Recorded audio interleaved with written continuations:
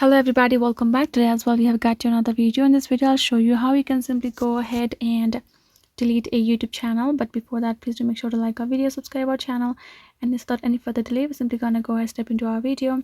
For that matter, first you're gonna go ahead access your Chrome browser first and go to search bar and type in studio.youtube.com or youtubecreators.com. Once you have done so, this kind of interface gonna look like, right? Let me zoom in first for you all, and you're gonna go ahead tap on your profile icon and switch to the desired account, which one you would like to delete. Once you have done so, this kind of another interface gonna open up with that account's information. Right afterwards, again, let me zoom in first, and then you're gonna go to the bottom and tap on this settings icon given below, and then this kind of interface gonna pop up, right?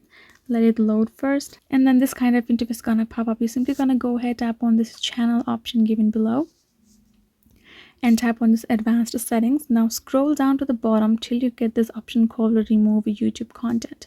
Once you have tapped on remove YouTube content, it will ask you to enter your email address to verify that you would like to delete. Once you have tapped on that, once you have entered that verification, verify yourself, and then you will be able to remove your YouTube content aka that YouTube channel successfully.